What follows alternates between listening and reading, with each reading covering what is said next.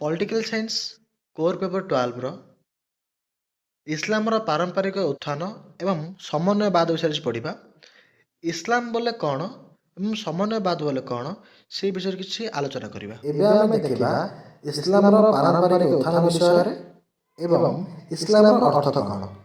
Islamic ଶବ୍ଦଟି ଆରବୀୟ ଶବ୍ଦ ଅସଲାମରୁ ଆସିଛି, ଯାହାର ଅର୍ଥ ସମର୍ପଣ କରିବା ବା ଆଲ୍ଲାହଙ୍କ ନିକଟରେ ନିଜକୁ ସମ୍ପୂର୍ଣ୍ଣ ରୂପେ ସମର୍ପିତ କରିବା। ଅସଲାମର ଅର୍ଥ ହେଉଛି କ'ଣ? ଏଠି ଗୋଟେ ମନୁଷ୍ୟ ଯାହାକି ଆଲ୍ଲାହଙ୍କ ନିକଟରେ ନିଜକୁ ପୂର୍ଣ୍ଣ ଭାବେ ସମର୍ପଣ କରିଦେବ। ଏବଂ ଯେଉଁମାନେ ଇସଲାମ ଧର୍ମକୁ ମାନୁଛନ୍ତି ସେମାନଙ୍କୁ ଆମେ କହିବା ମୁସଲିମ ବୋଲି କହିଦେଇପାରିବା। ମୁସଲମାନ ମାନେ କ'ଣ କରନ୍ତି? ଏଇ ଇସଲାମିକ ଧର୍ମକୁ ମାନନ୍ତି, ଯାହାକି ଆଲ୍ଲାହଙ୍କ ସନ୍ତାନ ରୂପେ ଦର୍ଶାଇଥାଏ। ଏମାନଙ୍କର ଈଶ୍ୱର ଏକ ଅଟନ୍ତି, ଯାହା ହେଲା ଆଲ୍ଲାହ, ଏବଂ ଆଲ୍ଲାହଙ୍କ ଦୂତ ହେଉଛନ୍ତି କିଏ? ମହମ୍ମଦ। ଏଇ ମୁସଲମାନ ମାନଙ୍କର ଭଗବାନ ବା ଯେଉଁ ଈଶ୍ୱର କଥା କହିଦେଇପାରେ, ତାଙ୍କୁ ଆମେ ଯେପରି ଭଗବାନ ବା ବିଷ୍ଣୁ ଶିବ ବୋଲି କୁହନ୍ତି, ସେହିପରି ମୁସଲମାନ କ'ଣ କହିବେ? ଆଲ୍ଲାହ ବୋଲି କୁହନ୍ତି। ଏବଂ ଏମାନଙ୍କ ଦୂତ ବା ଏମାନଙ୍କ ଯେଉଁ ପୁରୋହିତ କଥା କହିପାରିବା, ସିଏ ହେଲା ମହମ୍ମଦ। ସେ କୁହନ୍ତି କ'ଣ? ତାଙ୍କର କାର୍ଯ୍ୟ ଲୋକମାନଙ୍କ ଦୁଃଖ ଯନ୍ତ୍ରଣାକୁ ଆଲ୍ଲାହଙ୍କ ନିକଟରେ ପହଞ୍ଚାଇବା। ଏବଂ କୋରାନ ହେଉଛି ଇସଲାମ ଧର୍ମର ମୁଖ୍ୟ ଗ୍ରନ୍ଥ ବା ପବିତ୍ର ଗ୍ରନ୍ଥ। ଏହା ଏକ ଲିଖିତ ଗ୍ରନ୍ଥ, ଯାହାଦ୍ୱାରା ଏହାର ପଠନ କରି ସେମାନଙ୍କ ବିଶ୍ୱାସ ରହିଛି ଯେ ଏହାକୁ ପାଠ କରି ଆଲ୍ଲାହଙ୍କ ସହ ଯୋଗାଯୋଗ କରିହେବ ବୋଲି ମାନ୍ୟତା ରଖିଛନ୍ତି। ଏମାନେ ଭାବୁଛନ୍ତି କ'ଣ? ଆମେ କୋରାନ ପଢ଼ି ଭଗବାନଙ୍କ ସହିତ ଅତି ସହଜ ଉପାୟରେ ସେମାନଙ୍କ ସହିତ କ'ଣ କରିପାରିବୁ? ଯୋଡ଼ି ହେଇପାରିବୁ। ଏମାନଙ୍କ ପୂଜା ସ୍ଥଳକୁ ମସଜିଦ୍ ବୋଲି କୁହାଯାଏ। ଯେଉଁଠି ଆମେ ଭଗବାନଙ୍କୁ ପୂଜା କରନ୍ତି ଆମେ ମନ୍ଦିର ବୋଲି କୁହନ୍ତି। ତେଣୁ ଏମାନଙ୍କର ପୂଜା ସ୍ଥଳକୁ କହିଦେଇପାରିବା ମସଜିଦ୍ ବୋଲି। ଏହି ଇସଲାମର ପ୍ରମୁଖ ସ୍ତମ୍ଭ ଗୁଡ଼ିକ କିଏ କିଏ? ଶାହାଦାତ, ସଲାତ, ଜାକାତ, ସୋମ, ହଜ, କୋରାନ ଆଉ ଉଲେମା। ଏ ଶାହାଦାତ ମାନେ କ'ଣ? ଆଲ୍ଲାହଙ୍କ ଉପସ୍ଥିତିରେ ଏବଂ ମହମ୍ମଦ ହେଉଛନ୍ତି ଆଲ୍ଲାହଙ୍କର ସନ୍ଦେହ ବାହକ। ଆମେ ଏଠି କହିଦେଇପାରିବା ଆଲ୍ଲାହ ଏମାନଙ୍କର ଭଗବାନ ହେଇଗଲେ, ଏ ମହମ୍ମଦ ସେମାନଙ୍କର ହେଲା କ'ଣ? ଆଲ୍ଲାହଙ୍କ ଦୂତ। ବା ଲୋକମାନଙ୍କ ଯାହା ଅସୁବିଧା ହେଲା ଆଲ୍ଲାହଙ୍କ ନିକଟରେ ପହଞ୍ଚିବା ପାଇଁ କାମ କରୁଛି କିଏ? ମହମ୍ମଦ। ଏବେ ଦେଖିବା ସଲାତ। ଦିନରେ 5 ଥର ନମାଜ ବା ପ୍ରାର୍ଥନା କରିବା। ଏମାନେ କ'ଣ କରିବେ? ଦିନକୁ ପାଖାପାଖି 5 ଥର ନମାଜ ପଢ଼ିବେ। ଜାକତ ମାନେ କ'ଣ?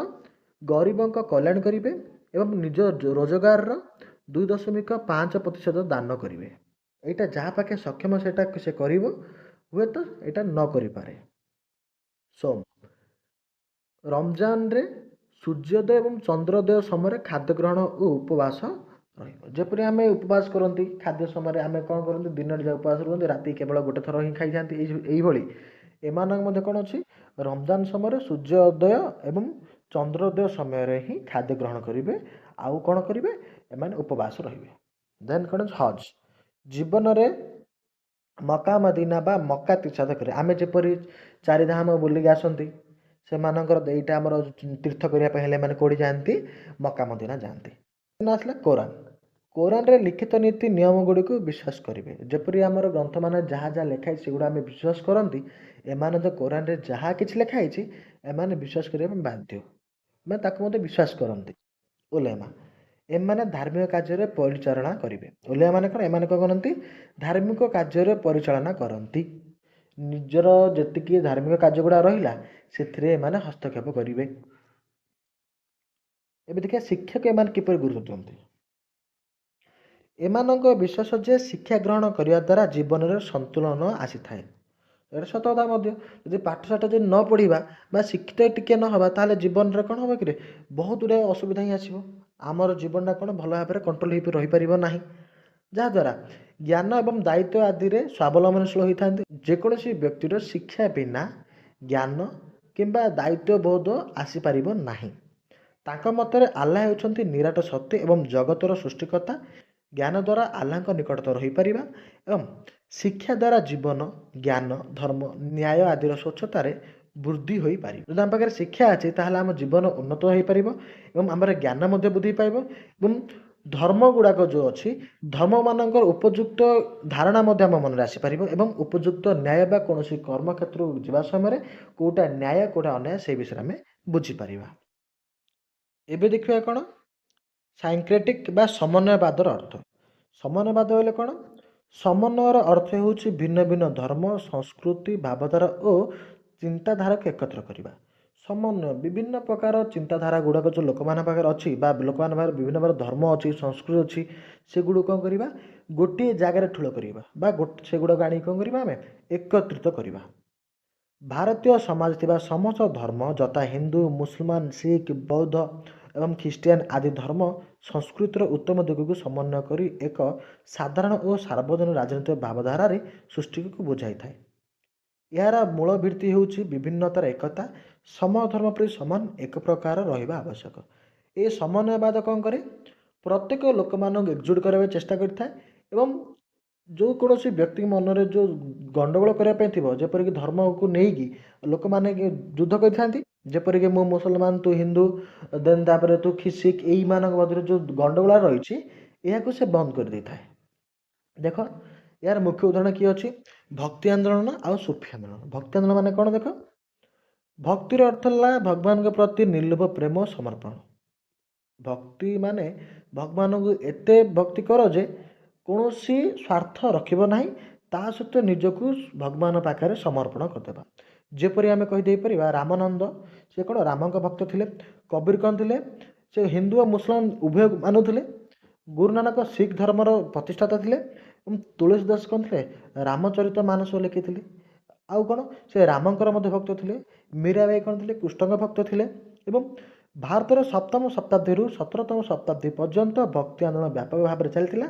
ଏହା ଧର୍ମୀୟ ସୁଧାର ଓ ସାମାଜିକ ସମାନତା ହିନ୍ଦୁ ମୁସଲମାନ ମଧ୍ୟରେ ସମନ୍ୱୟ ଇତ୍ୟାଦି ଅନ୍ଧବିଶ୍ୱାସର ବିରୋଧକୁ କରୁଥିଲା। ଶତାବ୍ଦୀରୁ 17ତମ ଶତାବ୍ଦୀ ପର୍ଯ୍ୟନ୍ତ ଭକ୍ତି ଆନ୍ଦୋଳନ ଚାଲିଲା।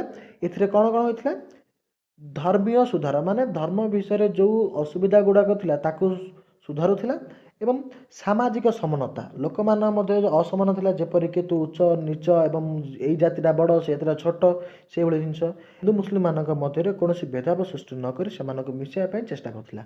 ସେ କହୁଥିଲେ କ'ଣ ହିନ୍ଦୁ ଓ ମୁସଲମାନ ଉଭୟ ଦୁଇ ଭାଇ ପରସ୍ପର ମଧ୍ୟରେ କୌଣସି ବାଦଭେଦ ସୃଷ୍ଟି ନ କରି ଆମେ କ'ଣ କରିବା ମିଳିମିଶି ଚଳିବା ଏବଂ ଯେତିକି ଅନ୍ଧବିଶ୍ୱାସ ଗୁଡ଼ାକ ଥିଲା ସେଗୁଡ଼ିକୁ କ'ଣ କରୁଥିଲେ ମାନେ ବିରୋଧ କରୁଥିଲେ। ଏବେ ଦେଖିବା କ'ଣ ସୁଫି ଆନ୍ଦୋଳନ। ଭାରତର ମଧ୍ୟଯୁଗୀୟ ସମୟରେ ଉଦ୍ଭବ ହୋଇଥିବା ସୁଫି ଆନ୍ଦୋଳନ ଏକ ଆଧ୍ୟାତ୍ମିକ ମାନବତାମୂଳକ ଏବଂ ଧାର୍ମିକ ଅନୁଶାସନ ଭାବେ ପରିଚିତ। ଏହା ଇସଲାମର ଭକ୍ତିପରାୟଣ ପରମ୍ପରାରୁ ଜନ୍ମିଥିଲା ଏବଂ ପ୍ରେମ ସହିଷ୍ଣୁତା ସମାନତା ଓ ମାନବ ସେବାକୁ ମୁଖ୍ୟ ଶିକ୍ଷା ଭାବେ ଧରିଥିଲା। ଦେଖ ଆମେ ଦେଖିବା କ'ଣ ଏଇ ପ୍ରେମ ଓ ଭକ୍ତି କ'ଣ ସୁଫି ସନ୍ତମାନେ ଭଗବାନଙ୍କୁ ପ୍ରେମ ଓ ଭକ୍ତି ଦ୍ୱାରା ପାଇବାକୁ ଶିଖାଇଥିଲେ। ଆମେ ଭଗବାନଙ୍କୁ କେତେବେଳେ ପାଇପାରିବା ଯେତେବେଳେ କି ନିବିଡ଼ ଭାବେ ଭକ୍ତି କରିବା ଦରକାର ବିନା ସ୍ୱାର୍ଥରେ ଭକ୍ତି କରି ଆମେ ଭଗବାନଙ୍କ ପାଖରେ ପହଞ୍ଚାଇ ପାରିବା ଏବଂ ମାନବ ସମାନତା ସମସ୍ତ ମାନବ ଭଗବାନଙ୍କର ସନ୍ତାନ ଏହି ଧାରଣାକୁ ସୁଫିମାନେ ଗୁରୁତ୍ୱ ଦେଇଥିଲେ। ସେ କହୁଥିଲେ କ'ଣ ମାନବ ମାନେ ଯେକୌଣସି ମାନବ ହେଉନା କାହିଁକି ଯେଉଁ ଧର୍ମର ଯେଉଁ ଜାତିର ହେଉନା କାହିଁକି ଏଠି ସମସ୍ତେ ହେଉଛନ୍ତି କ'ଣ ଭଗବାନଙ୍କର ସନ୍ତାନ ଅଟନ୍ତି। ଏଠି ସମାନ ହେଇଯାଇଛି ଏଇଟା ସନ୍ତାନ ହେବ। ତ ଧର୍ମ ସହିଷ୍ଣୁତା ହିନ୍ଦୁ ମୁସଲିମ ଏକତା ଭାଇଚାରା ଓ ସମ୍ମିଳନୀର ସନ୍ଦେଶ ପ୍ରସାର କରିଥିଲେ। ଏଠି କ'ଣ କଲେ ଧର୍ମ ଯେକୌଣସି ଧର୍ମକୁ ନେଇ ଆମେ ପରସ୍ପର ମଧ୍ୟରେ ଯେଉଁ ବାଦବିବାଦ ସୃଷ୍ଟି ହେଉଛି ଏଗୁଡ଼ାକୁ ହଟେଇ ଦେଇ ଆମେ ସମସ୍ତେ ଏକ ଏବଂ ପରସ୍ପର ମଧ୍ୟରେ ଭାଇଚାରା ସୃଷ୍ଟି କରିବାକୁ ସେ କହୁଥିଲେ। ସାଧନା ଓ ଧ୍ୟାନ ଜିକ୍ର ଭଗବାନଙ୍କ ନାମ ସ୍ମରଣ ଧ୍ୟାନ ଓ ସାଧନା ମାଧ୍ୟମରେ ଆତ୍ମୀୟ ଶାନ୍ତି ପାଇବାକୁ ସୁଫିମାନେ ମନେ ପକାଇଥିଲେ। ସେ କହିଲେ କ'ଣ ଆମେ ଭଗବାନଙ୍କୁ ସ୍ମରଣ କରିବା ଭଗବାନଙ୍କୁ ଡାକି ଧ୍ୟାନ ଏବଂ ସାଧନା ମାଧ୍ୟମରେ ଆମେ କ'ଣ ଆତ୍ମୀୟ ଶାନ୍ତି ମାନେ ନିଜସ୍ୱ ଆତ୍ମାକୁ ଆମେ ଶାନ୍ତି ଦେଇପାରିବା ଏବଂ ସରଳ ଜୀବନ। ସୁଫି ସନ୍ତମାନେ ସରଳତା ଦୟା ଦରିଦ୍ର ସେବା ଆଦର୍ଶ ଭାବେ ଧରିଥିଲେ। ସେ ସରଳ ଜୀବନ ମାନେ କ'ଣ ଯଦି କୌଣସି ବ୍ୟକ୍ତି ପାଖରେ ଯଦି ଅଧିକ ଟଙ୍କା କିମ୍ବା ବିଳାସପୂର୍ଣ୍ଣ ସେମାନେ ଖାସ୍ କରି ବିଳାସପୂର୍ଣ୍ଣ ଜୀବନଯାପନ ନ କରି ଲୋକମାନଙ୍କୁ ସାହାଯ୍ୟ କରୁଥିଲେ ଏବଂ ସରଳ ଉପାୟରେ ବଞ୍ଚୁଥିଲେ ଏବଂ ଅନ୍ୟମାନଙ୍କ ପ୍ରତି ନିଃସହାୟ ଲୋକମାନଙ୍କର ଉପକାର କରିବା ପାଇଁ ସେମାନଙ୍କ ମନୋବୃତ୍ତି ଥିଲା। ତେଣୁ ସେମାନଙ୍କୁ କହିଦେଇପାରିବେ ସେମାନେ ଜୀବନଯାପନ ପୁରା ସରଳ ଜୀବନ ରୂପେ ପରିଗଣିତ ହୋଇଛି। ଯଦି ସମନ୍ୱୟବାଦ ଏବଂ ଇସଲାମବାଦ ଉପରେ କିଛି ଧାରଣା ଆସିଥାଏ ତେବେ ଭିଡ଼ିଓଟିକୁ ଲାଇକ୍ କରିଦେବେ ଏବଂ ଆମର ପରବର୍ତ୍ତୀ ଭିଡ଼ିଓଟି ଆସୁଛି କାହା ଉପରେ ୟୁନିଟ୍ 2ର ବେଦବ୍ୟାସ ଏବଂ ମନୁ ଉପରେ ଆସୁଛି। ତେଣୁ ଚ୍ୟାନେଲଟିକୁ ସବସ୍କ୍ରାଇବ୍ କରି ରଖନ୍ତୁ କାରଣ ସେଇ ଭିଡ଼ିଓ ଦୁଇଟି ଆପଣ ଯଥାଶୀଘ୍ର ପାଇପାରିବେ।